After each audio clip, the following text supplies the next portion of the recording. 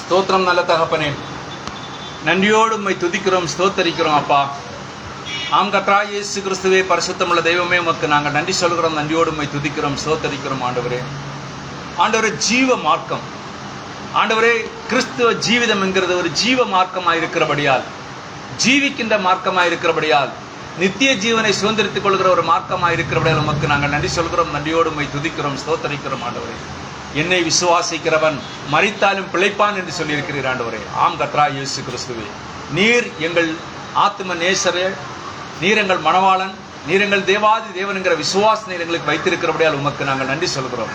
ஆமீன். கர்த்தராகிய இயேசுவே வாரும் என்கிற ஆவி எங்களுக்குள்ளாக வைத்து, ஆண்டவரே, உம்முடைய வருகை நாங்கள் இருந்து ஜீவிக்கிற ஒரு மகத்தான சிலாக்கியத்தை கர்த்தாவே எங்களுக்கு தந்திருக்கிறபடியால் நன்றியோடு உம்மை துதிக்கிறோம், ஸ்தோத்தரிக்கிறோம். ஆண்டவரே, இந்த நாளிலும் கர்த்தராகிய இயேசு கிறிஸ்துவை வாசித்த அந்த வசனத்தை கர்த்தர் ஆசீர்வதியும், பேசுகிற அடியனையும் கேட்கிற இருதயங்களையும் தம்முடைய சட்டைக்குள்ளாக மறைத்து நீர் எங்களை வழிநடத்தும்படியாய் எங்கள் மீட்பர் இரட்சகருமாகிய இயேசு நாமத்தில் ஆமீன்.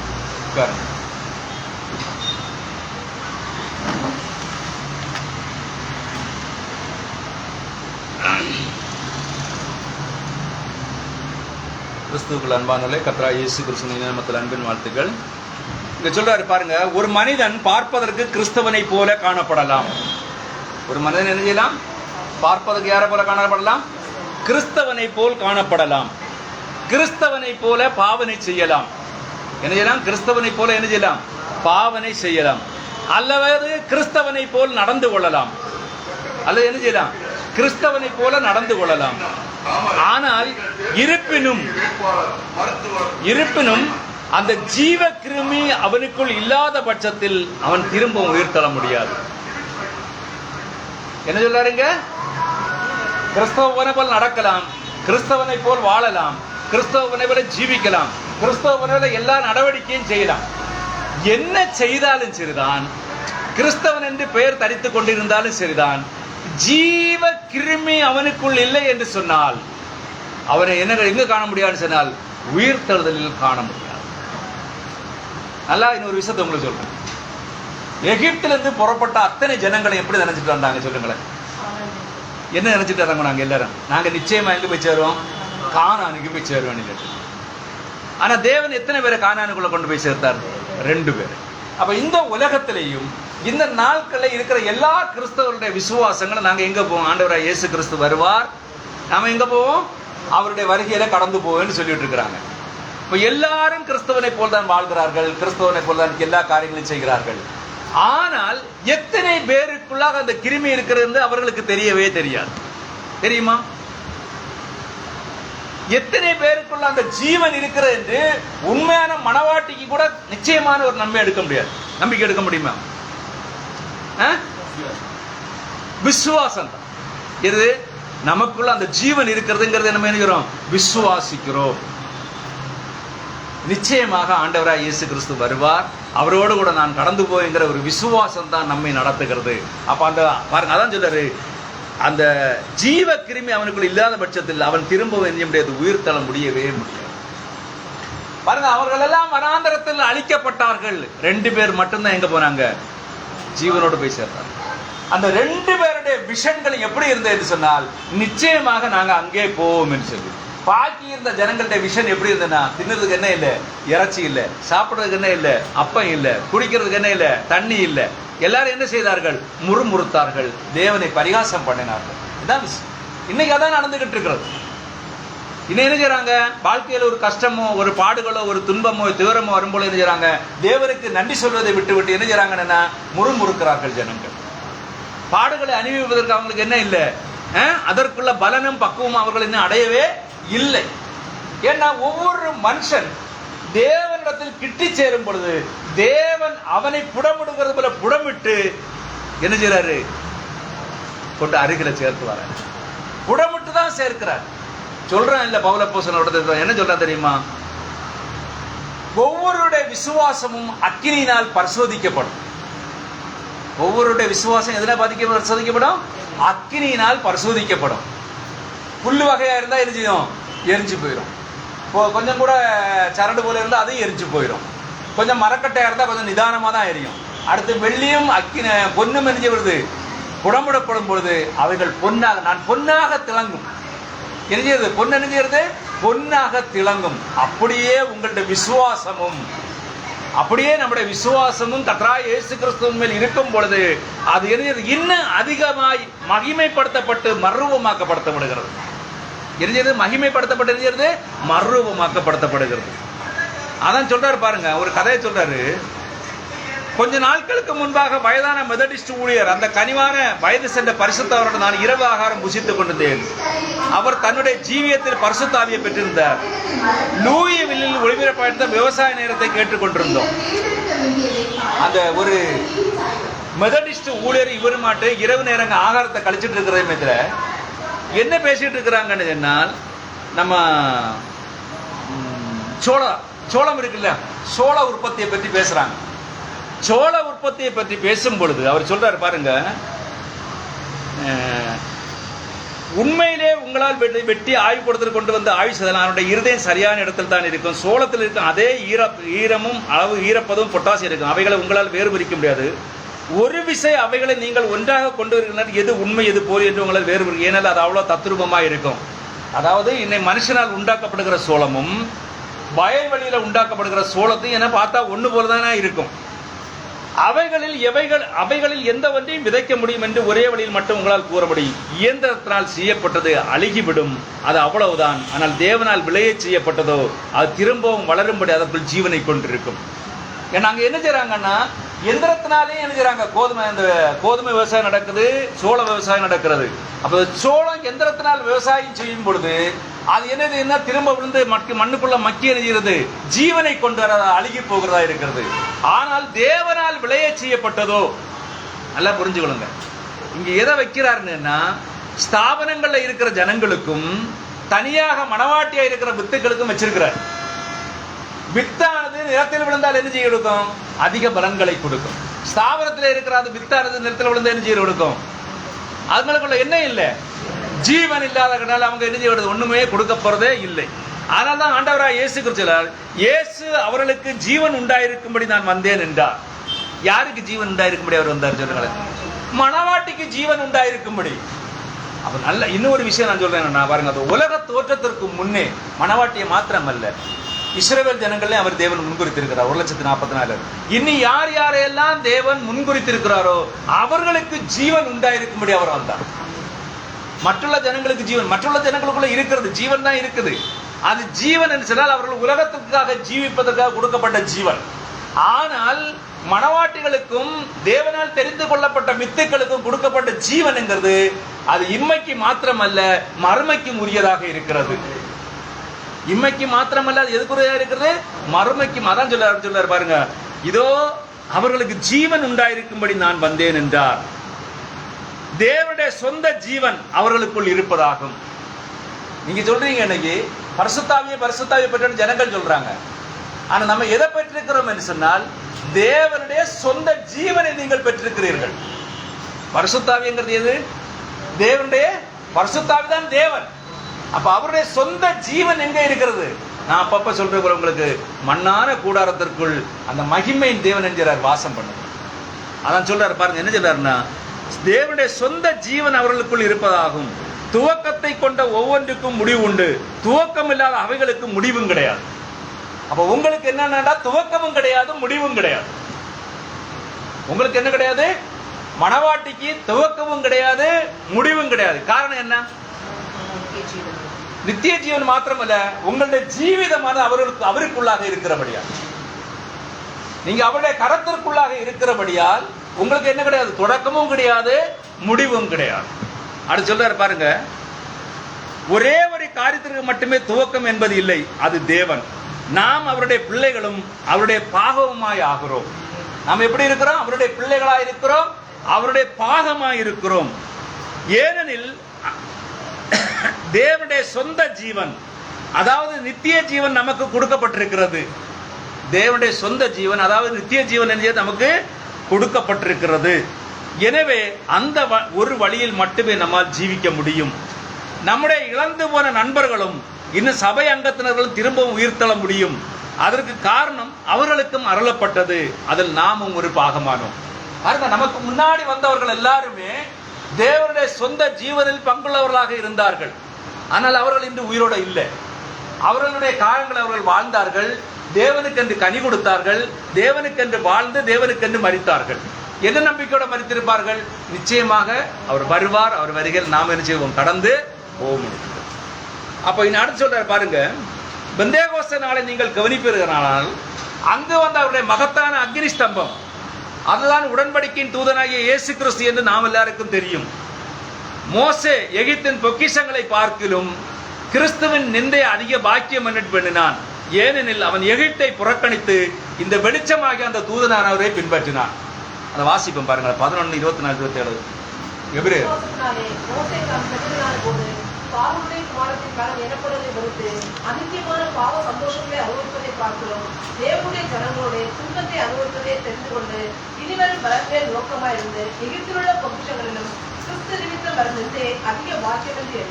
பாருங்க என்ன சொல்றான் பாத்தீங்களா?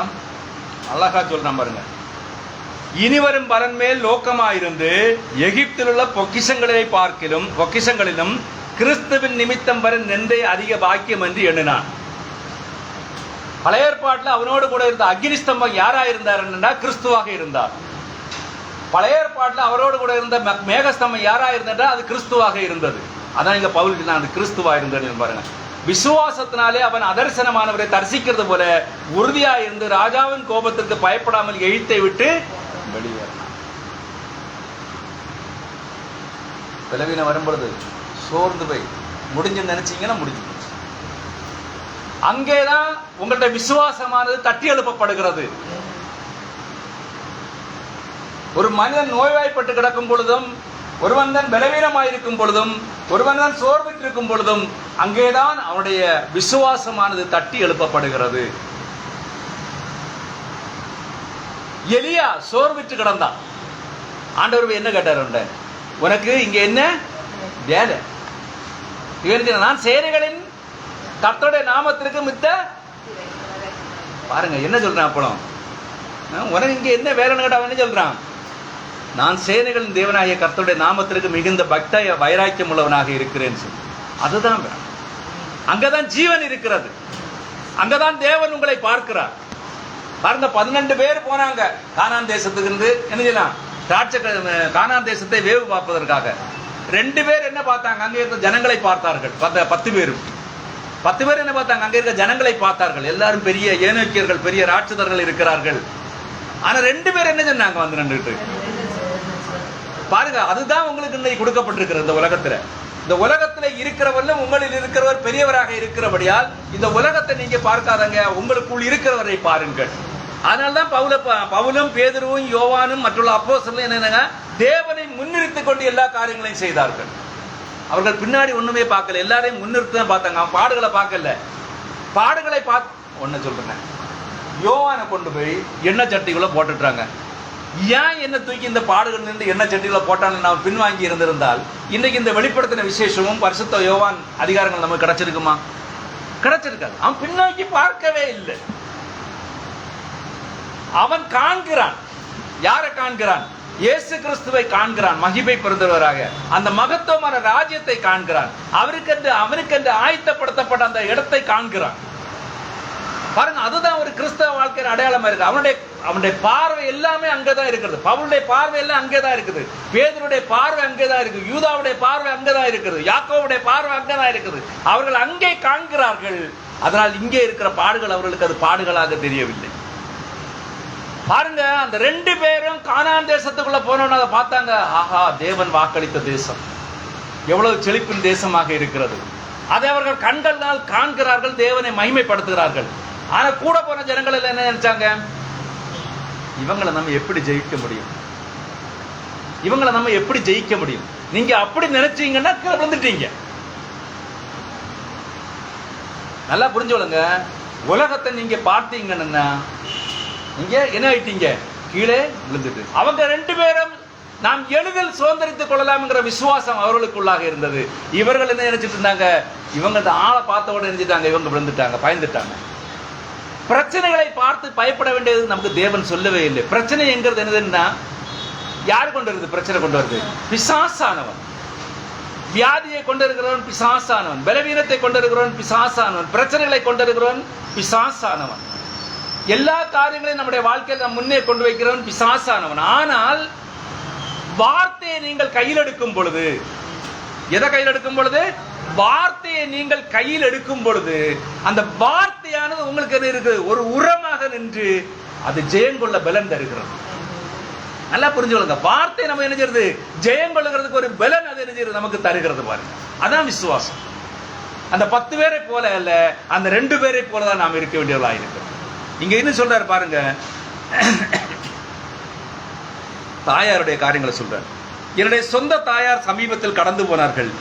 ஜீவனோடு இருந்த அவளுடைய பிள்ளைகளாகிய நாங்கள் எல்லாருக்கும் அங்கே நின்று கொண்டிருந்தோம். எங்களில் 10 பேரில் 2 பேர் கடந்து போய்விட்டார்கள். முதலாவது அவள் டெலரோஸையும் என்னையும் பார்த்து, என்னுடைய கடைசியும் முதலுமானவர்களே. யார் சொல்லியது? தாய் சொல்றா. டெலரோஸ் கடைசி சகோதரி, பிரங்காம் மூத்த மகன். எங்களுடைய தாயார் ஒரு கனிவான கிறிஸ்தவள். அநேக வருடங்களுக்கு முன்பு அவளை கிறிஸ்துவண்டை வழிநடத்தி ஞானஸ்தானம் கொடுத்தேன். அவள், டெலரோஸ், நீ எனக்கு அருமையானவளாய் இருந்தாய், நீ எனக்கு உதவியாய் இருந்தாய். எனக்கு வயதாகி முடியாமற் போன பொழுது நீ எனக்கு அநேக முறை துணிகளை துவைத்து கொடுத்திருக்கிறாய். மற்றும் என் வீட்டிற்கு வந்து வீட்டை சுத்தம் செய்து இப்படிப்பட்ட வேலைகளை நீ எனக்கு செய்து கொடுத்திருக்கிறாய். தேனே, உன்னை நான் நேசிக்கிறேன் என்றாள். வாலிப கிறிஸ்தவளாகிய டெலரோஸ் அங்கே நின்றவாறு தேம்பி அழுது கொண்டு கீழே பார்த்து, அம்மா, அது மிகவும் கொஞ்சம். என்னது? நான் உங்களுக்கு செய்தது என்னது? மிகவும் கொஞ்சம். அவள் தாயார், பிள்ளை, நான் பசியாயிராதபடி நீ என்னை பார்த்து கொண்டாய் என்றாள். இவரை பார்த்து என்ன சொல்றார்? நீ என்னை பசியாயிராதபடி நீ என்னை பார்த்து கொண்டாய். நான், அம்மா, நமக்கு சாப்பிட ஒன்றும் இல்லாத பொழுது நான் சாப்பிடும்படிக்கு எனக்கு விட்டு கொடுத்து அநேக முறை நீங்கள் சாப்பாட்டு மேசையிலிருந்து சாப்பிடாமல் எழுந்து சென்றிருக்கிறீர்கள். உண்மையில் அது ஒரு தாயின் கடமை என்றார். இந்த அநேக தாய்கள் அப்படித்தான் இருக்கிறார்கள். அநேக தாய்கள் என்ன இருக்கிறாங்க? எப்படி இருக்கிறாங்க? அப்படித்தான் இருக்கிறார். அவள், பிள்ளை, நீ எனக்கு ஒரு வகையில் ஆவிக்குரிய வழிகாட்டியா இருந்து எனக்கு ஞானஸ்தானத்தை கொடுத்தாய், நீ எனக்கு ஜீவ மார்க்கத்தையும் தெரியப்படுத்தினாய் என்றார்கள். நான், அம்மா, உங்களுக்கு தெரியும் நம்முடைய பின்னணி சூழல் கத்தோலிக்கம் என்றேன். அப்பொழுது நான் சபைக்கு சென்றிருந்தேன். அவர்களோ இதுதான் சபை என்றார்கள். ஆனால் அது வார்த்தைக்கு முரணாயிருந்தது.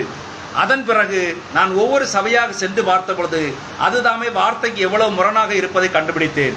எனவே நான் வார்த்தையோடு தரித்திருக்க வேண்டியதாக இருந்தது. அம்மா, அதற்கு பிறகு நானும் உங்களுக்கு சரியானது என்று கூற முயன்று உங்களை கிறிஸ்துவண்டை வழிநடத்தினேன் என்றேன்.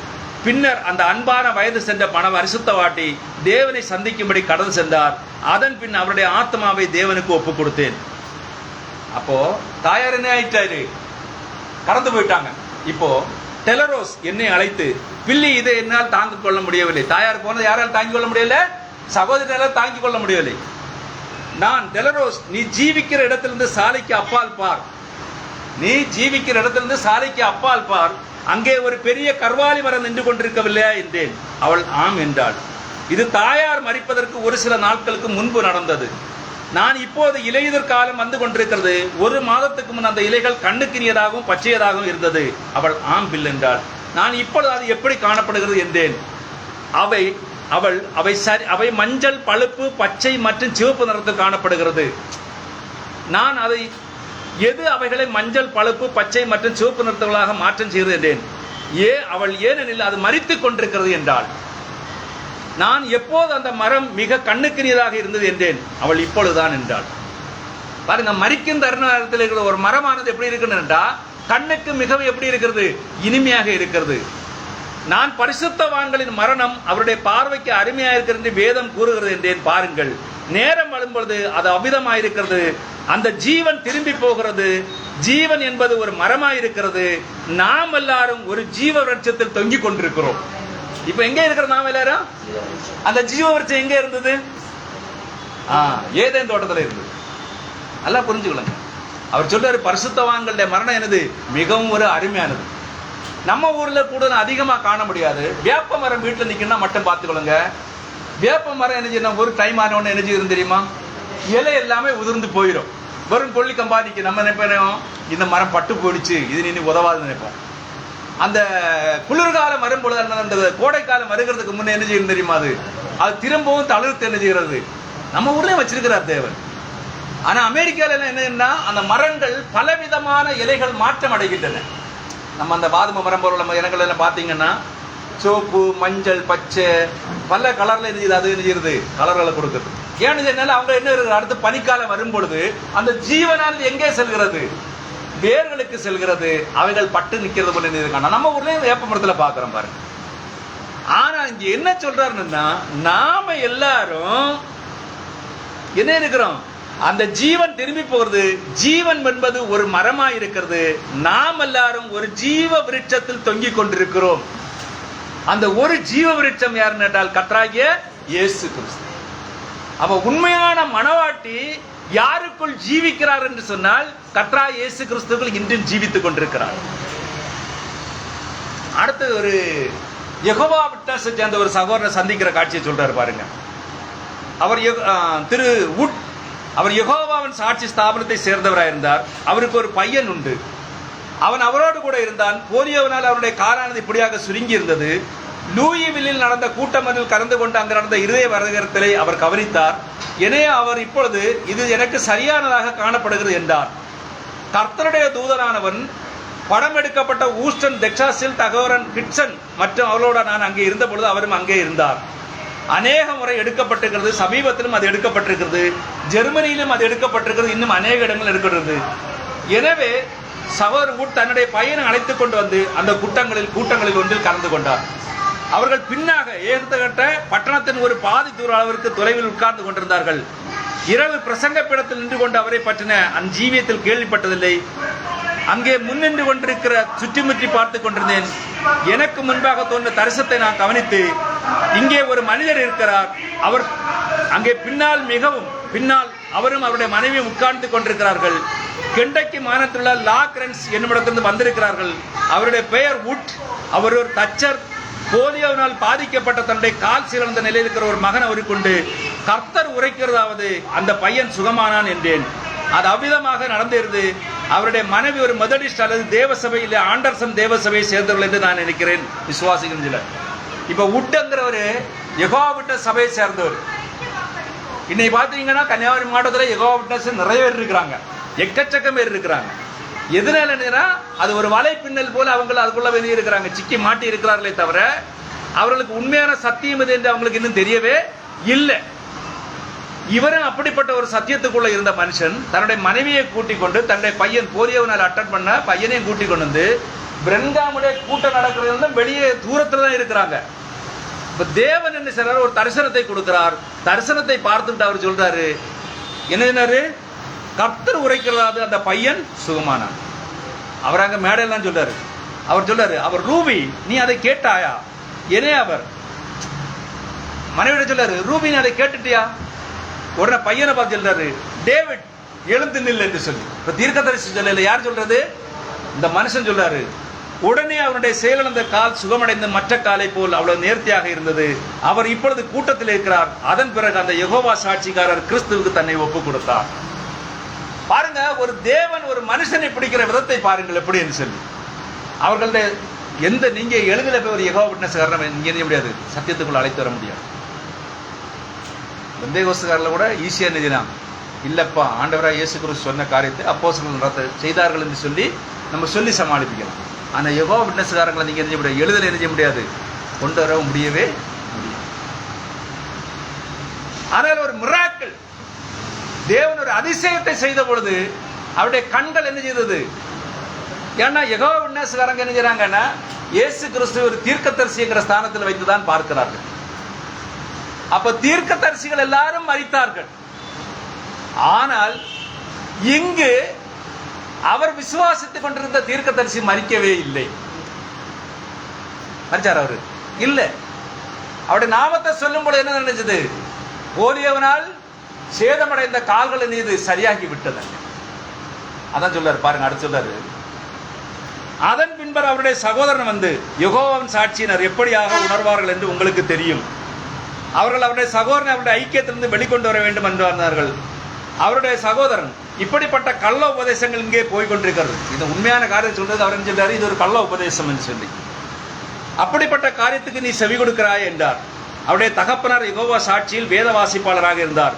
மேலும் அவருடைய சகோதரன் இதை காட்டிலும் மேலான நீ அறிந்திருக்கிறாய். ஆனால் அந்த மனிதனை பார்ப்பேன் என்றால் அவரிடத்தில் இருக்கிற குறையை நான் அவருக்கு எடுத்து சொல்வேன். என் தகப்பனார் எப்படிப்பட்ட போதனை எனக்கு சொல்லிக் கொடுத்திருக்கிறார் என்று எனக்கு தெரியும். பாருங்க, யெகோவா சாட்சிக்காரங்களுக்கு அந்த பிள்ளைங்களோட என்ன செய்யறாங்கன்னா கரெக்டாக தான் மெமரிஸ் அப்படி கரெக்டாக வச்சிருப்பாங்க. வசனம் கோர்வை எடுத்து சொல்லுவாங்க. எங்க கிடுக்குப்பிடி போடணுமோ அங்க போட்டீங்கன்னா அதுக்கு அடுத்த முறை அவங்களால போக முடியாது. சங்கீதம் 68:4 நினைக்கிறேன். ஒரு கிடுக்குப்பிடி போட்டீங்கன்னா அடுத்து போக முடியாது அவங்களால. புரிஞ்சுல? சில வசனங்கள் இருக்கு, இந்த வசனங்கள் எடுத்து அங்க போட்டா இவங்களால எரிஞ்சு விட அடுத்து அங்க போக முடியாது, அவங்களுக்கு அடுத்து சொல்ல முடியாது. அப்போ இவர் அங்கே வெளியில் புல்வெட்டி கொண்டிருக்கிறார். அதோ அவர்தான். உங்களுக்கு தெரியும், நான் கண் கூசலை தடுக்கும் முன்பக்கம் நின்றிருக்கும் தொப்பியை கணித்து கொண்டு அவர் அங்கு வந்து அவரிடத்தில் பேச தொடங்கினார். அவர் நல்லது திருவாளர் பிரன்காம், நாங்கள் யெகோவாவின் சாட்சி ஸ்தாபனத்தில் வளர்க்கப்பட்டோம். அது மிகவும் நல்லது. நான் வெளிச்சமே இல்லாதவனாக இருப்பதை காட்டிலும் யெகோவா சாட்சியின் ஒரு அங்கத்தினராக இருப்பதை விரும்புவேன் என்று அவ்விதமாக தொடர்ந்து அவர் பேசுகிறார். கலவர் என்ன சொல்றாங்கன்னா, வெளிச்சமே இல்லாத இருந்தாலும் குழப்பம் இல்லை, நான் எங்கே இருப்பேன்? யெகோவா சாட்சியின் கூடாரத்துக்குள்ளதான் இருப்பேன். வெளிச்சம் யாரு? இயேசு கிறிஸ்து. அங்க வர்றதுக்கு எனக்கு விருப்பம் இல்லைன்னாலும் எங்க இருப்பேன்? நான் யெகோவாவின் சாட்சியின் இருளுக்குள்ள இருப்பேன்னு சொல்றாரு. பாருங்க, அடுத்து சொல்றாரு, சிறந்தவர்கள் இறந்து நீங்கள் திருமணமானவர் என்றும் உங்களுக்கு 2 குழந்தைகள் உண்டு நான் காண்கிறேன் என்றேன். இவர் சொல்றாரு, நீங்க திருமணமானவர், உங்களுக்கு என்ன இருக்கு? 2 பிள்ளைகள் இருக்கின்றன. ஆனால் நீங்கள் உங்கள் மனைவியிடத்திலிருந்து பிரிந்து வாழ்கிறீர்கள். அவர் அப்படியாக பங்கை ஏறெடுத்து பார்த்தார். அவர் நினைச்சிட்டு பங்கு கூட்டத்தில் இருந்த நண்பர்கள் இருந்தால் சொல்லி கொடுத்துருப்பாங்கன்னு அவர் சொல்றாரு. இங்கு கூட்டத்தில் கலந்துகிட்ட திரு டேவிட் உட்ஸுடைய தகப்பனார் ஒருவேளை ஊட்டாத எனக்கு கூறியிருக்கலாம் என்று நினைத்தார். நான் உடனடியாக அவர் அப்படியாக நினைப்பதை கண்டுபிடித்தேன். எனவே நான் பங்ஸ் அதை என்னிடத்தில் கூறார் என்று நீங்கள் நினைக்கிறீர்கள். ஆனால் அதை அவர் என்னிடத்தில் ஒன்றும் கூறவில்லை. அவருடைய குடும்பத்தை பற்றியும் ஒன்றும் எனக்கு கூறவில்லை. இதை பங்ஸ் கூறியிருக்கலாம் என்று நீங்கள் நினைக்கலாம். நேற்றே இரவு, அடுத்து சொல்றாரு, அடுத்த பாயிண்ட் பிடிக்கிற, நேற்றே இரவு முந்தின இரவில் நீங்கள் ஒரு செம்பு நிறமான தலைநகர் கொண்ட ஒரு பெண்ணுடன் தங்கி இருந்தீர்கள். மனைவி இருக்கிறா, 2 பிள்ளைங்க இருக்குது, யெகோவா விட்னஸ்ல வாழ்ந்து எங்க இருக்கிறாங்க? சபையில இருக்கிறாரு, அதுலயும் வேத வாசிப்பாளராக இருக்கிறாரு. இப்ப என்ன நடக்கு பாருங்க. அடுத்து சொல்றாரு, நீங்க 2 நாளைக்கு முன்னாடி எங்க இருக்கிறீங்க? ஒரு செம்பொன் நிறமான தலைமையர் கொண்ட ஒரு இரவில் ஒரு பெண்ணுடன் இருந்தீர்கள். நீங்கள் அவளுடன் அறையில் தங்கி இருந்தீர்கள். அப்பொழுது அவளுடைய காதலன் அங்கு கதவண்டை வந்து கதவை தட்டினான். உங்கள் கதவண்டையில் போக விடாமல் அவள் கதவண்டைக்கு சென்ற பொழுது நீங்கள் ஜன்னல் வழியாக எட்டி பார்த்தீர்கள். அது நல்ல காரியமா போறது. ஏனென்றால் அவன் உங்களை துப்பாக்கியால் சுட்டு உங்கள் மூளையை சிதறடித்திருப்பான். தொடர்ந்து அவன் சிகப்புட்டை கட்டி கொண்டது கருத்த சூட்டு அணிந்திருந்தான் என்று. இவர்கிட்ட இந்த ரகசியத்தை யார் சொன்னது? இப்ப தீர்க்கதரிசி சொன்ன உடனே அவர் தரையில் விழுகிற மாதிரி இருந்தது. உண்மை, அது உண்மைதான். அவர் ஏற்றுக்கொண்டுட்டார். என்னன்னா இப்ப பாருங்க, உண்மை என்கிறது வெளிச்சம் பிரகாசிக்கும் பொழுது அந்த இருள் கூடாரத்தில் இருந்த சகோதரன் இப்ப எங்க வராரு? வெளிச்சத்துக்குள் கடந்து வராரு. இப்ப என்ன சொல்றாரு தீர்க்கதரிசி? அவருக்கும் அவருடைய 2 பையன்களுக்கும் நான் நினைக்கிறேன் ஞானஸ்தானம் கொடுத்தேன். அதான் சொல்றாரு. இதே போல பாருங்க, ஒவ்வொரு தேவனுடைய பிள்ளைகளை அவர் பிடிக்கும் போது எப்படி பிடிக்கிறாருன்னா ஒரு விசித்திரமான வழியில் தேவன் பிடிக்கிறார். உங்களுடைய ஒவ்வொருவருடைய வாழ்க்கையை நீங்க பார்த்துங்க, தேவன் பிடிக்கிற விதம் என்கிறது விசித்திரமான, வேதத்துல நீங்க பார்த்தாலே விசித்திரமான வழியாக தான் இருக்கு. பேதுருவை பிடிக்கும் பொழுது பேதுரு அந்திரேயா என்ன சொல்றான்? போய் தீர்க்கதரிசிகள் உரைத்திருக்கிற காரியங்களை நாம் கண்டோன்னு சொல்றான். இவன் கிட்ட வந்து நாங்க என்ன நடக்குது? யோனாவின் குமாரனாகிய சீமோன், நீ யாரா இருக்கிறாய்? நீ சீமோனா இருக்கிறாய். நீ யாரா இருக்கிறாய்? இப்ப கேபாவாக இருக்கிறாய். பாருங்க, இருதயத்தை பகுத்தறிகிற வரம் அங்க கிரியை செய்கிறது. அப்ப அவனுடைய இதயத்துக்குள்ள என்ன இருக்கிற என்பதை என்கிறது அவர் இயேசு கிறிஸ்து அங்க. அதே போல இங்கேயும் இவருக்குள்ள மறைந்திருக்கிற காரியங்களை தீர்க்கதரிசியின் மூலமாக தேவன் எடுத்து ஏம்பும் பொழுது என்ன நடக்கிறது? அந்த மனுஷன் மொத்தத்திலே சரணடைகிறான். ஒரு மனிதன் தேவனிடத்துல சரணடைகிற விதம் இப்படித்தான். அடுத்து பாருங்க, அதுக்கு அடுத்து இவங்களுக்கு அப்பா பெரியவர் யாரு? இவங்களுக்கு இந்த குரூப்ல இருக்கிறவங்களுக்கு பெரியவர் அப்பாவே செய்யணும், இனி பிடிக்கணும். இப்ப சின்ன சின்ன மீனை எல்லாம் பிடிச்சாச்சு, இனி பெரிய மீனை பிடிக்கிறது ரொம்ப கஷ்டம். ஏன்னா அவங்க என்ன ரொம்ப முத்தினவங்களா இருப்பாங்க, வேதத்துல நல்ல தேர்ந்தவங்களாக இருப்பாங்க.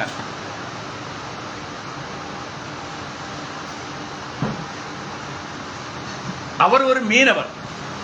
எனவே நாம் அவரை மீன் பிடிப்பதற்கு அழைத்து செல்வோம் என்றேன்.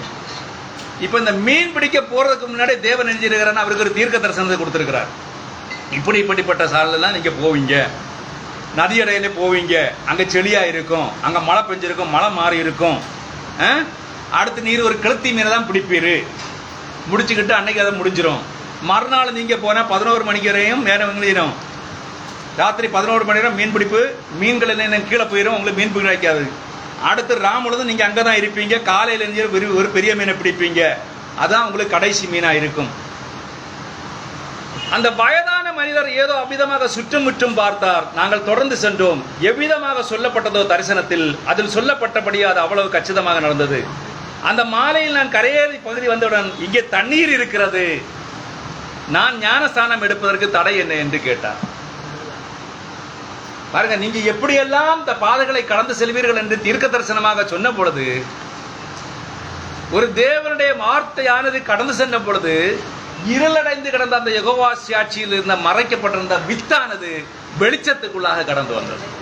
அங்க வித்து இருந்தது. நல்ல இன்னொரு விஷயம் சொல்லி பாருங்க, வித்து எங்கே புதைக்கப்பட்டு மறைக்கப்பட்டிருக்கிறதோ அங்கு வார்த்தை என்னும் ஜீவ ஒளி போகும் பொழுது அது தேவனண்டை கடந்து வரும். அதே நேரம் அங்க வித்தே இருக்காது, அங்க ஜீவன் இருக்காது, ஒன்றுமே இருக்காது. ஆனால் என்ன செய்யும் தெரியுமா? யாரை போல? யூதாசை போல எல்லா வேலைகளையும் காட்டும். கடைசியில் என்ன பின்வாங்கி போயிட்டு அது எங்க வராது?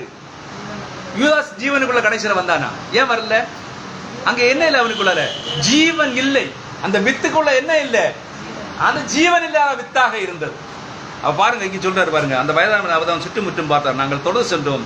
எவ்விதமாக சொல்லப்பட்டதோ அதில் சொல்லப்பட்டபடி அவ்வளவு கச்சிதம். அந்த மாலையில் நான் கரையோரமாய் பகுதி வந்தவன் அவர், இங்கே தண்ணீர் இருக்கிறது, நான் ஞானஸ்தானம் எடுப்பது தடை என்ன? இதோ அந்த முழு குடும்பமும் ஞானஸ்தானம் பெற்றுக் கொண்டார்கள். முழு குடும்பமும் பெற்றாச்சு. பாருங்க, நாம் எல்லாரும் அந்த மரத்தில் இணைக்கப்பட்டிருக்கிறோம். ஏதேன் தோட்டத்தில் ஒரு ஜீவ விருட்சம் இருந்தது, அந்த விருட்சத்தில் நாம் என்கிறோம் இணைக்கப்பட்டிருக்கிறோம் என்று அறிந்திருப்பது ஒரு மகிமையான காரியமாக இருக்கிறது. என்ன? ஒரு மகிமையான காரியமாக இருக்கிறது.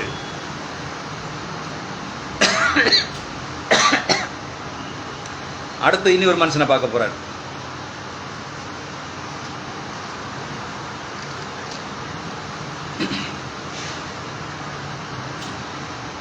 என்ன அந்த மனுஷனை பேர்?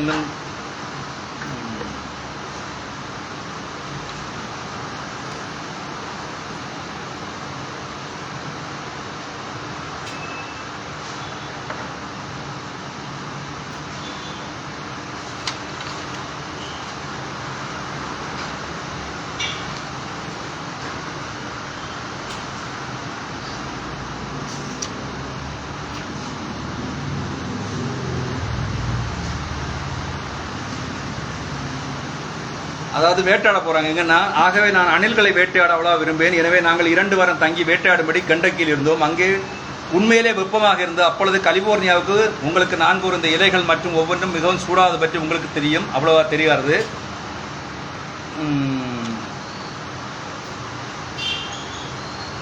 நீங்கள் எல்லாரும் சகோதரன் GH பிரவுனை அறிவீர்கள். ஒரு தடவை அதை பற்றி கேள்விப்பட்டு அவரிடம் நாங்கள் கடந்து சென்றோம். நாங்கள் ஒன்றாக வேட்டையாடி இருக்கிறோம். உங்களுக்கு தெரியும், அது ஏறக்குறைய அவருடைய மனைவி ஒரு தானியங்கி வேட்டை துப்பாக்கி வாங்கி கொடுத்தார்கள். அதை கொண்டு அவர்கள் அணில்கள் வேட்டையாடுவதை நான் கேலி செய்வேன்.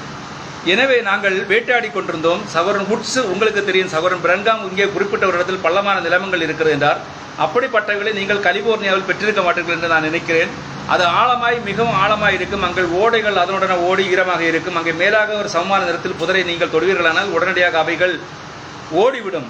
உங்களால் அவைகளை பிடிக்க முடியாது, அணில்களை பிடிக்க முடியாதுன்னு சொல்றாரு. அப்படி இருந்து கொண்டு தான் சொல்றாரு, நீங்கள் அவ்விடத்தில் பேசும்படி நான் விட்டு விடுகிறேன் என்றேன். எனவே நான் அந்த சிறிய பாராவண்டியில் உட்கார்ந்து கொண்டேன். அங்கே தூரத்தில் கீழே இருந்த ஒரு அருமையான வெள்ளை நிற வீட்டிற்கு வண்டியை ஓட்டி சென்றோம். அந்த வீட்டிற்கு இப்பக்கத்தில் ஒரு பெரிய களைகள் உள்ள நிலமும் ஒரு பகுதி சோளம் விளைந்த இடமும் இருந்தது. அங்கே நாங்கள் வண்டியை ஓட்டி சென்றோம். அங்கே ரொம்பவும் கெண்டக்கி வாழ்வு முறையில் பழக்கப்பட்டு போன 2 வயதான மனிதர்கள் உட்கார்ந்து கொண்டிருந்தார்கள். கெண்டக்கி மாநிலத்தவர்கள் தங்களுக்கென்று ஒரு தனி வாழ்க்கை பாணியை கொண்டிருப்பார்கள் என்று உங்களுக்கு தெரியும். அங்கே பின்னால் இருக்கும் கிரேக்க சகோதரன் டேவிட், சகோதரர் பிரன்காம், நான் உங்களுக்கு பிரசங்கத்தை ஒலிநாடாவில் கேட்டேன் என்றார். காலை உணவிற்கு பிறகு இதை பற்றி பேசுவது ஒரு விதமாக சங்கடமாக இருக்கிறது. எனினும் நீங்கள் பாயசத்தில் முடி என்று குறிப்பிட்டீர்கள். நான் அதனுடைய அர்த்தத்தை தேடி பார்த்தேன். ஆனால் என்னால் அதனுடைய அர்த்தம் என்னவென்று கண்டுபிடிக்க முடியவில்லை. பாயசத்தை முடியலன்னு கெண்டக்கியில் ஒரு பாச பேசுவாங்களாம். அது சொல்றாரு பாருங்க. அதற்கு நான் பாயசத்தில் முடி என்பது அப்பட்டமான கெண்டைக்கு பாசை. அதில் நீங்கள் அகராதியில் கண்டுபிடிக்க வேண்டும் என்று முயற்சிக்காதீர்கள், ஏனென்றால் அதில் அது இருக்காது. எனவே நாங்கள் அது சகசப்ரஸ் காலவரிடத்தில் ஏரி ஓரங்கள் அமைந்திருக்கும் சுற்றுலா குழுக்கள் உங்களுக்கு தெரியும். திரும்பி வந்தோம். அங்கு அந்த பெருமை அறிய பழமையான தொப்பிகள் தொங்கிக் கொண்டிருந்தன. நாங்கள் வண்டியை நிறுத்தினோம். சகோதரன் விட்டு வெளியே இறங்கி சென்றார். அங்கே 2 வயதான மனிதர்கள் உட்கார்ந்து கொண்டார்கள். ஒருவரிடத்தில் நடந்து சென்றார். அவர் இவரை கூப்பிட்டு எப்படி இருக்கிறீர்கள் என்றார். அவரும் நீங்கள் எப்படி இருக்கிறீர்கள் ஐயா என்றார். என்னுடைய பெயர் வுட், பேங்க்ஸ் வுட் என்றார். நாங்கள் இங்கே இருக்கிற டட்டனில் வேட்டையாடி கொண்டிருக்கிறோம். அவர்கள் அங்கு ஓடுகிற ஓடையை கொண்டு அவ்விடங்கள் பெயர் வைப்பித்தார்கள். நாங்கள் இங்கே டட்டனில் வேட்டையாடி கொண்டிருந்த போது உங்களுடைய இடத்தில் ஏன் வேட்டையாடக்கூடாது என்று நினைத்தோம். அவர் நீ எந்த குடும்பத்தை சேர்ந்த வுட் என்றார்.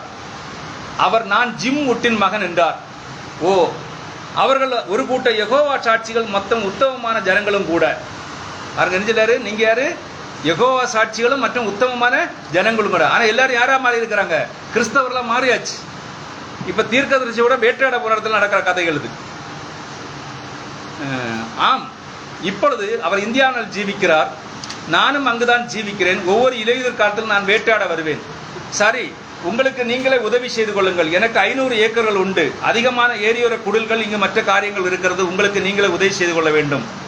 நல்லது, உங்களுக்கு மிக்க நன்றி. என்னோடு கூட இந்த மேய்ப்பரையும் அழைத்து வந்திருக்கிறேன். அவரும் இங்கே வேட்டையாடுவதில் உங்களுக்கு எந்த ஆட்சேபம் இல்லை என்று நினைக்கிறேன். அவர் ஊட்டு, நீங்கள் எங்கு சென்றாலும் உங்களோடு கூட ஒரு பிரசங்கி அழைத்து செல்லும் அளவுக்கு நீங்கள் அவ்வளவு கீழ்த்தரமாய் மாறிவிட்டீர்கள் என்று என்னிடத்தில் கூற முற்படுகிறீர்களா? என்ன கேட்கிறாரு? என்ன கூட யார் வந்திருக்கிறது? இப்போ ஒரு பிரசங்கியார் கூட வந்திருக்கிறாரு. அந்த வயசான மூப்பர்னு சொல்லாருன்னா, நீங்க எங்க சென்றாலும் யாரை கூட்டி நடக்கிறதுக்கு முற்படுங்களா? ஒரு பிரசங்கியாரை கூட்டி நடக்கிறதுக்கு என்ன செய்றீங்க? முற்படுகிறீர்களா? எனவே நான் காரை விட்டு வெளியே வரக்கூடிய நேரம் அது என்று நினைனேன். எனவே நான் காரை விட்டு வெளியேறி உங்களுக்கு தெரியும் அவிடத்தினால் சென்று எப்படி இருக்கிறீர்கள் என்றேன். அவர் நலமா என்றார். அவர்கள் என்னை அவிடத்தில் அறிமுகப்படுத்துவதற்கு முன்னமே நான் முந்திக்கொண்டு, நல்லது, உங்க மாதிரி ஆட்களுக்கு என்னால் ஒரு பிரயோஜனமும் கிடையாது. தீர்க்க சிலர் உங்க மாதிரி ஆளுகளுக்கு என்ன கொண்டு என்ன கிடையாது, ஒரு பிரயோஜனமே கிடையாது. நல்லது, நான் உங்களுடைய உத்தமத்தை மெச்சுகிறேன் என்றேன். தொடர்ந்து நான் அதை கூற காரணம் இந்த ஒரு காரியம்தான். முதலில் நீங்கள் பார்ப்பதற்கு ஒரு பிரசங்கியை போல் காணப்படவில்லை என்றார். அவர் சொன்னது ஒரு பிரசங்கியை கூட்டிட்டு வந்திருக்கேன்னு. ஆனா தீர்க்கதரிசி எந்த ட்ரெஸ்ல போயிருக்காரு? வேட்டையாடுற ட்ரெஸ்ல போயிருக்காரு. இவரை பார்க்கறவங்க எப்படி இருக்காரு? ஒரு வேட்டைக்காரனை போல இருக்கிறார். என்மேல் இருந்த அணில்களின் ரத்தமும் என்னுடைய குறுந்தாடி மற்ற 2 வாரமாக குளிக்காமல் இருந்ததை, ஆகவே நான் நல்லது, அது சரிதான் என்று யூகிக்கிறேன் என்றேன். அவர், நான் உங்களில் எதிராக இருப்பதற்கு காரணம் எனில் நீங்கள் ஒன்றுமில்லாத மரத்தை பார்த்து குறைக்கிறீர்கள். அங்க நினைச்சாங்க பாயசத்துல முடி, இங்க என்ன சொல்றாருங்க? ஒன்றுமில்லாத மரத்தை பார்த்து என்ன செய்றீங்க? நீங்க குறைக்கிறீர்கள். இப்பொழுது அதனுடைய அர்த்தம் என்னவென்று உங்களுக்கு தெரியுமா என்று எனக்கு தெரியாது. அது இன்னொரு கெண்டக்கி பாசை. டேவிட், அதை நீங்கள் அகராதியில் கண்டுபிடிக்க முயற்சிக்க வேண்டாம். கூன் பிராணியை வேட்டையாடும் நாய் பொய்யானதை பார்த்து குறைக்கும் பட்சத்தில் அது ஒரு மரத்தை பார்த்து ஓடும். கூன் பிராணி தந்திரமானது, அதாவது மரத்தில் ஏற மரநாயகன் சொல்றதுங்க. எப்படி எனில் அது ஓடி மரத்தில் ஏறி பின்னர் அங்கிருந்து குதித்து தப்பி ஓடிவிடும். பாருங்கள், அது சரியாக பழக்க வைக்கப்படாத ஒரு நாய் கூன் ஏறின மரத்தை பார்த்த இடத்தில் ஓடிப்போய் அந்த மரத்தை சுற்றியுள்ள தாயின் தடத்தை மோப்பம் பிடித்து அங்கே நின்று அந்த மரத்தை பார்த்து குறைக்கும். ஆனால் அந்த மரத்துல ஒன்றுமில்லை. அது வழக்கமாக அப்படிப்பட்ட நாயை சுட்டு விடுவார்கள். எனவே உங்க மாதிரி ஆட்களுக்கு போதுமான பெரிய தோட்டாக்கள் அதுதான் உங்களுக்கு தேவை. நாங்கள் ஒன்றுமே இல்லாத மரத்தை பார்த்து நீங்கள் குறைக்கிறீர்கள். கிறிஸ்தவங்க பிரசங்கமாரில் பார்த்து அவிசுவாசிகள் என்ன செய்வாங்கன்னா, ஒன்றுமில்லாத மரத்தை பார்த்து நீங்க என்ன குறைக்கிறீர்கள். உங்களுக்கு தெரியும் நான் ஒரு மத நம்பிக்கையற்றவன் என்று கருதப்படுகிறேன் என்றார். அதற்கு நான், நல்லது, ஒவ்வொரு மனிதனும் அவனுக்கென்று தனிப்பட்ட கருத்திற்கும், ஆனால் எனக்கும் அதை குறித்து பெரிதாக பேசுவதற்கு ஒன்றுமில்லை என்றேன். அவர், நல்லது, காரியம் என்னவெனில் நீங்கள் பிரசங்கிக்கிற அப்படிப்பட்ட காரியம் இல்லாத பட்சத்தில் அது இருப்பதாக பிரசங்கிக்கிறீர்கள். நான், ஆம் ஐயா, நிச்சயமாக உங்களுடைய கருத்தாக இருக்கிறது. அவர், சரி, மனிதர்களாகிய நீங்கள் தேவனை குறித்து பேசுகிறீர்கள். ஆனால் அப்படிப்பட்ட ஒருவர் இருந்திருப்பார் என்றால் அவரை நான் பார்த்திருப்பேன். இவ்வளவு வருடங்களாக நான் ஜீவித்திருக்கிறேன். எனக்கு 70 மற்றும் அதற்கு கொஞ்சம் அதிகமான வயதாகுது. இதுவரைக்கும் அப்படிப்பட்ட ஒருவரை நான் பார்த்ததே இல்லை. அப்படிப்பட்ட ஒரு காரியமே கிடையாது. உங்க மாதிரி ஆட்கள் தவறான மரத்தை பார்த்து குறைக்கிறீர்கள். உங்களுடைய பிழைப்புக்காக மக்களுடைய படத்தை எடுத்துக்கொண்டு இன்னும் அப்படிப்பட்ட காரியங்களை செய்கிறீர்கள். நீங்கள் ஒரு கூட்ட ஏமாற்றுக்காரர்களை தவிர வேறொன்றும் இல்லை. சின்ன பையன் கேட்டான். நான் சொன்னேன், தேவனை நீங்கள் கண்டீர்களா என்று சொல்லி. தாயாரத்தில் போய் கேட்டான். தாயார் எனக்கு செஞ்சாங்க, வேத வகுப்பு பாட ஆசிரியர்கிட்ட போய் கேளுன்னு. அவன் என்ன சொல்லிட்டா, பாஸ்டர்கிட்ட போய் கேளுன்னு. பாஸ்டரும் சொல்லல, யாருமே யாரும் சொல்லதில்லை, தேவனை குறித்து சொல்லவே இல்லை. யார் சொல்லி கொடுத்தது? ஒரு மீனவன் சொல்லி கொடுத்தான். அனுதினமும் நான் யாரை பார்த்து கொண்டிருக்கிறேன்? தேவனை பார்த்து கொண்டிருக்கிறேன். பாருங்க, உண்மையான மணவாட்டியானவள் எப்பொழுதும் யாரை பார்த்து கொண்டிருக்கிறாள்? தேவனை பார்த்து கொண்டிருக்கிறாள். அடுத்து இனி ஒரு விஷயம் சொல்றாரு, உங்களுக்குள் ஜீவன் இருந்தால்தான் ஜீவிக்கிற பொருளை உங்களால் கண்டுகொள்ள முடியும். உங்களுக்குள்ள ஜீவன் இல்லைன்னா யாரை கண்டுகொள்ள முடியாது? ஜீவிக்கிற மற்றவர்களை கண்டுகொள்ள முடியாது. இவர் என்ன செய்யறாருன்னா பேச விடுறார். அடுத்து, என்னுடைய தாயார் உங்களுக்கு தெரியும், என்னுடைய தாயார் வயதான தெற்கத்தை தாயார், எனக்கு எப்பொழுதும் நல்ல ஆலோசனை வழங்கல். ஒரு சமயம் ஒரு வாக்கியத்தில் கூறினார்கள், அவள் ஒரு மாட்டுக்கு அது போகிற போக்கில் போதுமான அளவுக்கு கயிற்றை விடும் பொழுது அதே கயிற்றை கொண்டு அதில் சிக்கிக்கொள்ளும். மாடை நீங்க கட்டும் பொழுது நம்ம ஊர்ல எல்லாம் எப்படி கட்டுவாங்கன்னா, சில இடங்கள்ல நல்ல நீளமாக கட்டுவாங்க, சில இடங்கள்னா குறுகின கயிறு கட்டுவாங்க. குறுகின கட்டில அது சிக்காது. நீள கயிறு கட்டினா என்ன செய்யும்? அது சிக்கிய நேரத்தில் ஒரு இடத்துல நடந்தது சத்தம் போட்டுட்டே இருக்கும். ஏன்னா நான் சிக்கிட்டேன் இல்லிட்டு. எனவே தான் அவரை கேட்டிருந்தான் என்னேன். அப்படி அவரை தொடர்ந்து பேச விட்டு கொஞ்சம் குறைக்க விட்டேன். அதன் பின்பு அவர் எந்த மரத்தின் மேல் இருக்கிறார் என்று தெரிந்து கொள்ள முடியும். எனவே தான் நான் அவர் தொடர்ந்து பேச முடிவிட்டு அதன் பின்பு அவரிடத்தில் ஒரு காரியத்தை கண்டுபிடிப்பேன். அப்பொழுது எனக்கு ஒரு காரியம் நினைவுக்கு வந்தது. அங்கே அவர்கள் ஆப்பிள் மரத்தின் கீழாக உட்கார்ந்து கொண்டார்கள். அப்பொழுது அந்த வருடத்தின் இலையுதிர் காலத்தில் கீழே விழுந்த ஆப்பிள்களை மஞ்சள் நிற பட்டையான அமைப்பை கொண்ட குளவிகள் அவைகள் தின்று கொண்டிருந்தன. எல்லோ சாக்லேட்ஸ் என்றால் உங்களுக்கு என்னவென்று தெரியுமா? நல்லது, கெண்டக்கியின் பாகத்தில் வந்திருக்கிறீர்கள் பாருங்கள். பின்னர் அவரிடத்தில் அந்த ஆப்பிள்கள் ஒன்றை எடுத்துக் கொள்வதில் உங்களுக்கு எந்தவித ஆட்சேபனையும் இல்லை என்றேன். அவர் உங்களுக்கு நீங்களே உதவி செய்து கொள்ளுங்கள், மஞ்சள் பட்டை கொண்ட குளவிகள் அவர்களை தின்று கொண்டிருக்கின்றன. எனவே நான் சென்று எடுத்து இந்த இரத்த கரைச்சி பிழைந்த என் நிலைய பல நீண்ட கால்சட்டையில் துடைத்து அதை கடித்தேன். ஒரு சுவையான ஆப்பிள், மிகவும் சுவையானது என்றார். அதிகமான பழங்களை கொடுக்கிறதா காணப்படுது. ஆமையா, ஒவ்வொரு இடமும் அதிகமான பழங்களை நான் பெற்றுக்கொள்கிறேன். உங்களுக்கு தெரியும், நான் அவரிடத்தில் இந்த மரத்திற்கு எவ்வளவு வயது இருக்கும் என்று விசாரிப்பதில் இடத்தில் பேச்சை மாட்டேன். அந்த பழைய புகை போக்கி அங்கே தூரத்தில் இருக்கிறது உங்களால் காண முடிகிறதா? அங்குதான் நான் பிறந்தேன். அம்மாவும் அப்பாவும் அங்கேதான் ஜீவித்தார்கள். ஆனால் நெருப்பு அந்த வீட்டை தீக்கிரையானது. அதன் பின்னர் இந்த புதிய வீட்டை இங்கே கட்டினோம். இங்கே நான் வளர்க்கப்பட்டேன். இங்கே அம்மாவும் அப்பாவும் மரித்த பின்பு இந்த வீட்டிலே தங்கிவிட்டேன். நாங்கள் இங்கே குடிபெயர்ந்து நான் இந்த மரத்தை 40-50 அல்லது அதற்கு வருடங்களுக்கு முன்னர் நட்டேன். அது முதற்கொண்டு அங்குதான் இருக்கிறது. எல்லா கதையும் சொல்லி பேசிட்டு வந்துருக்குமே தவிர, அந்த வயதான அந்த தாத்தா சொல்றாரு, ஒரு சமயம் ஒரு பிரசங்கியை குறித்து கேள்விப்பட்டேன். தொடர்ந்து அவர் இங்கே மலை மேலாக ஒரு வயதான ஸ்திரீ இருந்தாள். அவள் புற்றுநோயினால் மரித்துக் கொண்டிருந்தாள். ஒரு சமயம் ஒரு பிரசங்கி இங்கே கிண்டக்கியில் உள்ள அங்கிருந்து ஏறக்குறை 30 மைல்கள் இருக்கும் உட்சியனை நோக்கி பார்த்தார். நானும் தலையை அசைத்தேன். ஏக்டவுனில் இருக்கும் மெதடிஸ்ட் சபை கிரவுண்டிற்கு வந்தார். இந்த பிரசங்கி தொலைவில் உள்ள இந்தியானாவில் இருந்து வந்திருந்தார் என்று அங்கே அவர் வந்த பொழுது ஏறக்குறை 2500 பேர் அந்த இரவில் அங்கே கூடி வந்தார்கள் என்று சொல்லப்பட்டது. உங்களுக்கு தெரியும், அங்கே தொலைவில் உள்ள குன்றுகளின் மேல் நடந்தது. அவர்கள் வருவதற்கு குதிரைகள் மற்றும் இன்னும் அநேக வழிகள் வருகின்றது.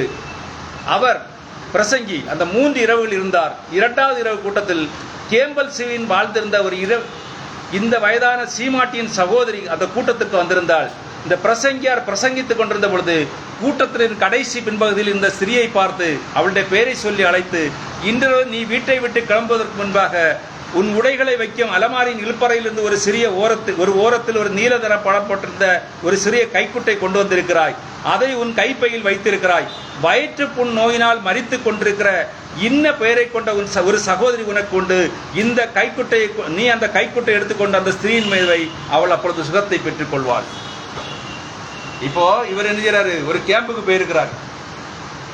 2ஆம் நாள் கூட்டத்துல வீட்டுல இருந்து சகோதரி வயிற்றுப்புண் கேன்சர்னால என்னகிறா வீட்டில் படுத்திருக்கிறா. சரி, நமக்கு இந்த கூட்டத்துக்கு போகுமே நின்று சகோதரி என்னஞ்சிருக்கிறா பீரோ திறந்து ஒரு நீலதர கைக்குட்டை எடுத்து பேக் உள்ள வச்சுக்கிட்டு கூட்டத்துக்கு வந்திருக்கிறான். தீர்க்கதரிசி என்ன சொல்றாரு? நீ போய் இந்த கைக்குட்டையை கொண்டு போய் என்ன செய், அவளுடைய வயிற்றின் மேல் வை. நல்லது. அந்த இரவு கூட்டத்தில் கிட்டத்தட்ட நடு இரவில் ரெட்டனே சேனை கூட்டத்தினர் தான் அந்த குன்றின் உச்சிக்கு வந்திருக்கிறார்கள் என்று நாங்கள் நினைத்தோம். இந்த வயசாளி நினைச்சிட்டு இருக்கிறான், ஒரு கூட்டம் ஜனங்கள் அங்க வந்திருக்கிறாங்க என்று. என் வாழ்நாளில் அப்படிப்பட்ட ஆரவாரத்தை நான் கேட்டதே இல்லை. அவர்கள் அப்படியாக கூச்சலிட்டுக் கொண்டார். உங்களுக்கு தெரிந்திருக்குமானால் அது சகோதரன் பெண்ணும் மற்றவர்கள் அங்கே மேலே அந்த கைக்குட்டை அந்த ஸ்திரீயின் மேல் வைத்தார்கள். அவர் தொடர்ந்து ஒருவேளை அந்த வயதான சீமாட்டி மரித்து போயிருக்கலாம் என்று நாங்கள் நினைத்தோம். ஆக அவர்கள் சீமாட்டியின் சவ ஊர்வலத்திற்கு ஏற்பாடு செய்திருக்கலாம் என்று நாங்கள் நினைத்து அங்கே சென்ற பொழுது அவள் தன்னுடைய புருஷனோடு அங்கு மேஜையில் உட்கார்ந்து பொரித்த ஆப்பிள் பணியாரத்தை சாப்பிட்டு காப்பியும் பருகி கொண்டிருந்தாள். பாருங்க, ஒரு கைக்குட்டையை கொண்டு வைத்த பொழுது கைக்குட்டையில ஒண்ணுமே இல்லை, உருமால்ல ஒண்ணுமே கிடையாது. ஆனால் சொல்லப்பட்ட வார்த்தையானது அங்கு ஜீவிக்கிறதாக இருக்கிறது. பவுல் மூலமாக சொல்லப்பட்ட அந்த வார்த்தையானது அங்கு ஜீவித்தது போல பிரன்காம் மூலமாக சொல்லப்பட்ட வார்த்தையானது எங்க அங்கு ஜீவிக்கிறது. பாருங்க, அவன் என்ன சொல்றான்னா, அந்த கைக்குட்டை வைத்த உடனே எழுப்பி எரிஞ்சிடா, நோயிலிருந்து விடுதலை பெற்று எரிஞ்சிடா, பொரித்த ஆப்பிள் பணியாரத்தை சாப்பிட்டு கொண்டு காப்பியை பருகி கொண்டால், அரைநிலை வடிவத்தில் காணப்படும் பொரித்த ஆப்பிள் பணியாரம். நம்ம ஊர்ல பணியாரம் செய்யறோம் இல்லை, அதே போல அங்க ஆப்பிள்ல செய்யறாங்களாம் பணியாரம். சோமா சோழியில் இருக்கும் ஒரு வகை பணியாரம் என்றால் என்னவென்று உங்களுக்கு தெரியுமா? நிச்சயமா நான் வீட்டில் இருப்பதை போல் உணர்கிறேன். அதன் மேல் சர்க்கரை பாகு ஊற்றி சாப்பிட நான் அதிகமாக விரும்புவேன். எனவே அவள் இந்த ஆப்பிள் பணியாரத்தை சாப்பிட்டு கொண்டிருந்தால், அதற்கு முந்தின நாள்கள் ஏதும் செய்ய முடியாது, அவ்வளவு ஒரு கஷ்ட நிலையில் அவள் இருந்தால், அவளை நோயாளிகளின் கலிகலத்தில் வைக்க முடியாதால் இழுவை விரிப்பை பயன்படுத்த வேண்டியிருந்தது. அதற்கு 6 வாரத்துக்கு முன்பே மருத்துவர் அவளை கைவிட்டு விட்டார். மற்றும் மரிக்கு மட்டும் அவளுக்கு போதுமான பினோபார்பிடாஸ் நரம்புகளுக்கு அமைதி கொடுத்து தூக்கம் உண்டாக்கும் மருந்து கொடுத்திருந்தார். மருத்துவரும் அவளுக்கு அறுவை சிகிச்சை செய்து திறந்து பார்த்து திரும்ப மூடிவிட்டார்கள். காரணம், அவளுக்கு தொடர்ந்து சிகிச்சை செய்து புத்திகட்ட காரியம் என்று நின்றார்கள். உங்களுக்கு தெரியும், அங்கு உட்கார்ந்து சாப்பிட்டு கொண்டிருந்த அவள் எங்களை கண்டதும் துள்ளி குதித்து ஓடி வந்து கை குலுக்கினாள். நான் அவ்விதமாய் நீங்கள் பேச வேண்டாம் என்றேன். அவர் நிச்சயமாக நீங்கள் நம்பவில்லை என்றால் சென்று பாருங்கள். அந்த வயசான மூப்பரார் சொல்றாரு, அதை அவளே உங்களிடத்தில் கூறுவாள் பாருங்கள். அவர் எனக்கு பிரசங்கம் பண்ணி கொண்டிருந்தார். கொஞ்ச நேரம் சாட்சி சொல்லட்டும் என்று அவரை நான் விட்டு விட்டேன். கடைசியில் சொல்றாரு பாருங்க, நான் ஆமையா நல்லது, அவரை நீங்கள் சந்திப்பீர்கள் நான் நிச்சயம் நம்புகிறேன். அவர் உங்களுக்கு உதவுவார் என்று நான் எதிர்பார்க்கிறேன். ஆம், நான் அவரை சந்திப்பேன் என்றார். உங்களுக்கு தெரியுமா, புகையிலை மென்று கொண்டிருந்த அவர் அதை கீழே அப்படியாக துப்பினார். நான் திரும்பவும் இந்த மரத்தை பற்றி பேசும்படி நீங்கள் இடத்தில் குறிப்பிடுங்கள் என்றேன்.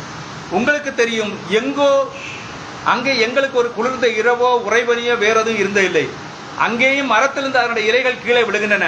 ஆகவேதான் நாங்கள் இலைகள் கீழே விழுந்து காய்ந்து போயிருக்கும், பெரும்பாலும் காட்டுத்தீனால் இருந்து போயிருக்கும். அதுபோன்ற காடுகளிலிருந்து இலைகள் தண்ணீர்கள் மேல் விழுந்து ஈரமாய் இருக்கும் இந்த பள்ளங்கான நிலங்களிலிருந்து வருகிறோம். எனவே இவ்வுலகில் இங்கிருக்கும் மரங்களில் ஏன் இலைகள் விழுகின்றன எனக்கு சொல்லுங்கள் என்றேன்.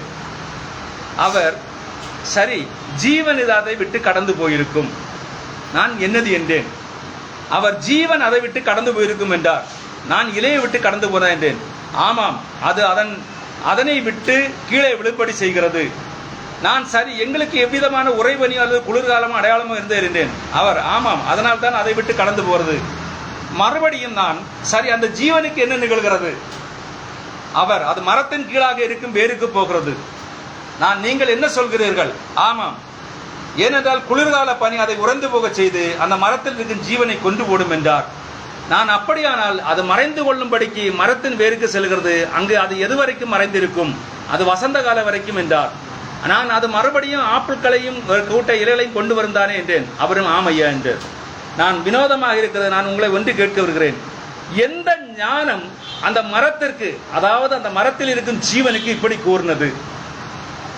பனிக்காலம் வருகிறது என்றும் நீ இந்த கிளைகளிலிருந்து இறங்கி அங்கே கீழாக சென்று அந்த வேருக்குள் உன்னை மறைத்துக் கொள்ளவில்லை என்றால் நீ மரித்து போவாய் என்று கூறுறது அந்த மரத்தின் ஜீவனுக்கும் அந்த ஞானத்திற்கும் கீழ்ப்படைந்து அந்த மரத்தின் வேருக்கு சென்று பனிக்காலம் முடியும் வரைக்கும் அங்கே தரித்திருந்து திரும்பவும் அது இலைகளை முளைக்க செய்கிறது என்றேன். எனவே எந்த ஞானம் அந்த மரத்திற்கு அதை செய்கிறது ஐயா என்றேன். உடனே அவர், அது இயற்கை என்றார். நான், இயற்கை என்றால் என்ன என்றேன். அவர், ஆமாம், அது அவ்விதமாக இயற்கையாக நடக்கிறது என்றார். அவர், நான் சொல்ல வருகிற முக்கிய கூட்டை புரிந்து கொண்டு அதிலிருந்து நலவு விலகி போக முயற்சித்தார். எனவே நல்லது, நீங்கள் புரிந்து கொண்டீர்களா? அது என்னவென்று நான் உங்களுக்கு சொல்லட்டும். நாம் தண்ணீர் நிறைந்த வாளியை எடுத்து இங்கிருக்க அந்த கர்வாலி மரத்தின் கம்பத்தில் வைக்கலாம். இப்ப என்ன செய்யலாம்னு சொல்லாரு, ஒரு தண்ணி நிறைய வாளியில என்ன வாளி நிறைய தண்ணி எடுத்து வைப்போம், ஒரு மரத்துக்கு மேல என்ன செய்வோம், கட்டி வைப்போம். இப்பொழுது ஆகஸ்ட் மாத இறுதியில் அந்த கம்பத்தின் அடிப்பகுதிக்கு சென்று வசந்த காலம் வரைக்கும் அங்கே தரித்திருந்து மறுபடியும் அந்த திரும்பி வந்து அந்த வாளி நிரப்பும். அப்படித்தானே கோடை காலத்தில் அது என்ன செய்யும், தண்ணி வாளியில் இருக்கிறது எல்லாம் வற்றி போயிடும். வசந்த காலம் வரும்போது திரும்ப தண்ணி எங்க வரும், மேலே வரும். அப்படித்தானே இல்லைனார் அவர். இல்லை ஐயானினர். அப்படியானால் எந்த அறிவு அந்த மரத்திற்கு அப்படி செய்யும்படி சொன்னது?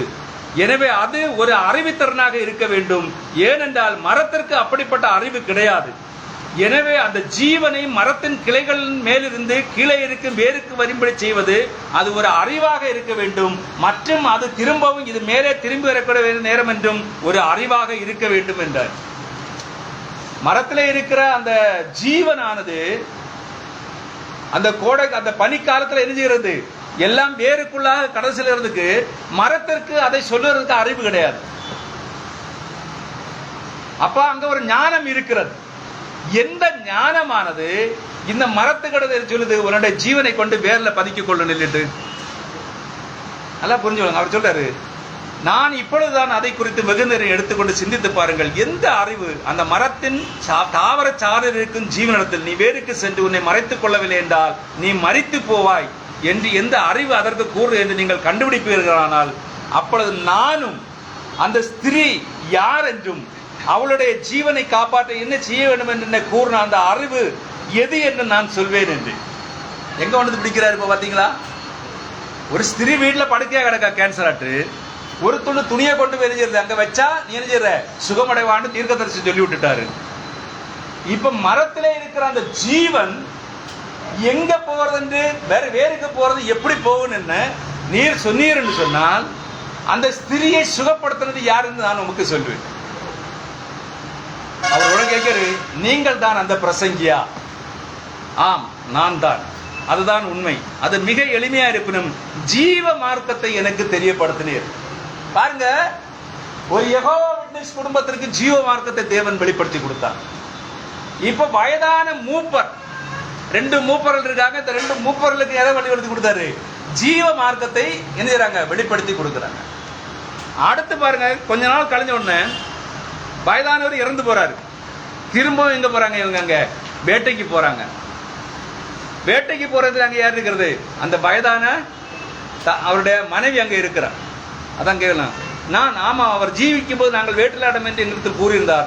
அவள் நீங்கள் யார்? நான் சகோதரன் பிரங்காம் என்றேன். அதை கேட்டவுடன் தன் கையில் வைத்திருந்த பாத்திரத்தை கீழே போட்டு என்னுடைய கரங்களை இருக்காம பிடித்துக் கொண்டு, சகோதரன் பிரங்காம், அவர் இப்பொழுது மகிமையில் இருக்கிறார். அதான் விசுவாசம்.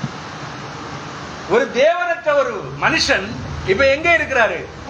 மகிமையில் இருக்கிறாருங்கிறது சொல்றதுதான் விசுவாசம். அது யார் சொல்றது? அவருடைய மனைவி சொல்றார். இப்ப எங்க இருக்கிறார்? மகிமையில் இருக்கிறார். பாருங்க, தொடர்ந்து சகோதரன் பிரங்கான் அவர் அந்த மணி நேரம் முதல் ஒரு வைராக்கியமான கிறிஸ்தவராக ஜீவிதத்தை ஜீவித்தார். நீங்கள் அந்த மரத்திலிருந்து வந்த ஆப்பிளின் தோலை சீவிக்கொண்டீர்கள், அந்த மரத்தில் திரும்பவும் ஆப்பிள்கள் வந்திருக்கின்றன இல்லையா? அதே போல்தான் என்றாவது ஒரு நாள் அந்த மகத்தான உயிர்த்தெழுதலின் போது அவர் திரும்பவும் வருவார். அப்போ தேவனுடைய பிள்ளைகள், தேவனை விசுவாசிக்கிறவர்கள், ஆண்டவராய் இயேசு கிறிஸ்துவே மணவாளன் என்கிற விசுவாசத்தில் இருக்கிற ஜனங்களுக்கு சில காரியங்களை அவர்கள் செய்து சொல்றாரு.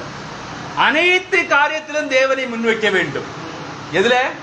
நீங்கள் செய்கின்ற அனைத்து காரியத்திலும் தேவனை முன்வைக்க வேண்டும். இனி வந்து சொல்றாருன்னா, உங்க துன்பத்தினாலும் சரிதான், உங்கள் இன்பத்தினாலும் சரிதான், உங்கள் நடைகளினாலும் சரிதான், உங்கள் வேலைகளினாலும் சரிதான், நீங்கள் செய்கின்ற எல்லா காரியங்களிலும் தேவனை முன்வைத்து பாருங்கள். முதல்ல என்னது? நீங்க செய்கின்ற எல்லா காரியங்களையும் இயேசு கிறிஸ்துவை முன்வைக்கும் பொழுது அது உங்களை என்னது, சரியான பாதையில் கொண்டு வழி நடத்துகிறது. அடுத்து இன்னொரு விஷயம் சொன்னார் பாருங்க, நிறைய விஷயம் சொல்லி எழுதுனேன். மரணம் மனிதனின் முடிவல்ல. மரணம்ங்கிறது என்னது இல்லை, மரணம்ங்கிறது மனுஷனுடைய முடிவல்ல. அது என்னதான் இருக்கிறது? ஜீவனின் ஆரம்பமாக இருக்கிறது. பாருங்க, இன்னைக்கு பாருங்க, அநேகர் துக்கப்படுகிறார்கள், அநேகர் வேதனைப்படுகிறார்கள். மனுஷன் மறிச்சு போயிட்டான், நாங்க அது ரொம்ப இது கஷ்டமா இருக்கும் இல்ல. அதனால்தான் பவுல் சொன்னார், மரணமே உன் கூர் அங்கே, பாதாளமே உன் ஜெயம் அங்கே.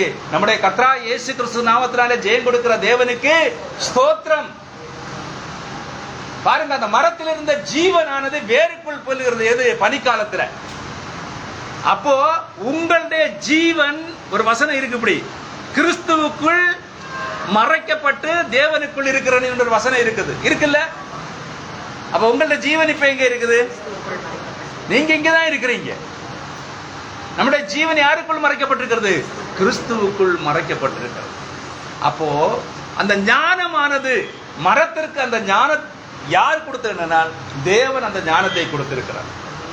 நமக்கும், யாருக்கு? நமக்கும், உண்மையான மனவாட்டிகளுக்கும் தேவன் அந்த ஞானத்தை தந்திருக்கிறார். நீ எங்கே மறைந்து வாழ்ந்து கொண்டிருக்கிறாய் என்று சொன்னால், எங்கே எங்கே கிறிஸ்துவுக்குள் நீ மறைந்து வாழ்ந்து கொண்டிருக்கிறாய் என்பதை என்கிறாரு அவர் நமக்கு தெளிவுபடுத்தி தந்திருக்கிறார். இனி ஒன்று சொல்ற பாருங்க, தேவனுடைய சமூகத்தில் களிப்புண்டாயிருக்கும் என்று அவர் கூறியிருக்கிறார். நாம் இந்த பாதையில் கடந்து செல்லும் போது இரு பக்கங்களிலும் தேவனை தெரிவிக்கின்ற மரங்கள், இலைகளின் உயிர்த்தெழுதல்கள் மற்றும் ஒவ்வொன்றையும் பார்க்கும் பொழுது நமக்கு களிப்புண்டாயிருக்கும். எனவே நாம் செய்கிற அல்லது பேசுகிற ஒவ்வொரு காரியத்திலும் தேவனை அறிவிக்கக்கூடிய தேவனுடைய சிருஷ்டிகளாக இருப்போமாக. என்ன சொல்றாரு? நாம் பேசுகிற செய்கிற ஒவ்வொரு காரியத்திலும் தேவனை அறிவிக்கக்கூடிய தேவனுடைய சிருஷ்டிகளாக இருப்போமாக. அவருடைய மகிமைக்காக அவ்விதம் பிரகாசிக்கட்டும். தேவன் தாமே உங்களை ஆசீர்வதிப்பாராக. தேவன் தாமே உங்களை இருக்கிறாரு ஆசீர்வாதம். அப்ப உண்மையான மணவாட்டி யாருக்குள் மறைந்திருக்கிறாள் என்றால் கிறிஸ்துவுக்குள் மறைந்திருக்கிறாள். கிறிஸ்து மகிமையில் வெளிப்படும் பொழுது அவளும் அவரோடு கூட இருக்கிறாள், வெளிப்படுவாள். இதான் உண்மை. அப்போ ஜீவ மார்க்கத்தை எனக்கு தெரியப்படுத்தினீர். என்ன பண்றது? அந்த சிறிய பையனுக்கு ஜீவ மார்க்கத்தை தேவன் வெளிப்படுத்தி கொடுத்தார் ஒரு மீனவன் மூலமாக. பாருங்க, யெகோவா சாட்சியால வாழ்ந்து கொண்ட அந்த குடும்பங்களுக்கு அதாவது அவங்க எங்க போயிருக்க வேண்டியவங்க? எகிப்திலிருந்து புறப்பட்ட ஜனங்களை வராந்தரத்தில் அழிந்து போன்றவர்களுக்கு தேவன் எதை மாற்றி கொடுத்தாரு? ஜீவ மார்க்கத்தை எனக்கு தெரியப்படுத்தினீர். யார மார்க்கத்தை வெளிப்படுத்தினாரு? ஏன்னு சொன்ன பாருங்க, பழைய ஏற்பாட்டு பரிசுத்தவான்கள் விசுவாசத்தில் தான் கடந்து வந்தார்கள். ஆனால் புதிய ஏற்பாட்டு பரிசுத்தவான்கள் அவரை கண்டும் காணாதவர்களுமாய் இருந்தாலும் ஜீவனின் அதிபதி யார் என்று விசுவாசத்தின் கடந்து வருகிறார்கள். ஏன்னா ஜீவன் இங்கே தான் இருக்கு. எங்க இருக்கு? நான் அவைகளுக்கு ஜீவன் உண்டாகவும் பரிபூர்ணப்படவும் வந்தேன்னு சொன்னார். பாருங்க, நான் அவைகளுக்கு யாருக்கு இந்த கடைசி காலத்தில் வாழ்ந்து கொண்டிருக்கிற மனவாட்டிகளுக்கு அவர் ஜீவன் உண்டாகவும் பரிபூர்ணப்படவும் வந்திருக்கிறார். அப்ப பரிபூர்ணம் அடையும் பொழுதுதான் அவருடைய சமூகத்தில் நாம் கடந்து செல்ல முடியும். கர்த்தர் தாமே உங்களை ஆசீர்வதிப்பாராக. ஆமீன். அல்லேலூயா. நான் ஜெபத்துக்குள்ள நான் கடந்து செல்வேன். ஜெபி.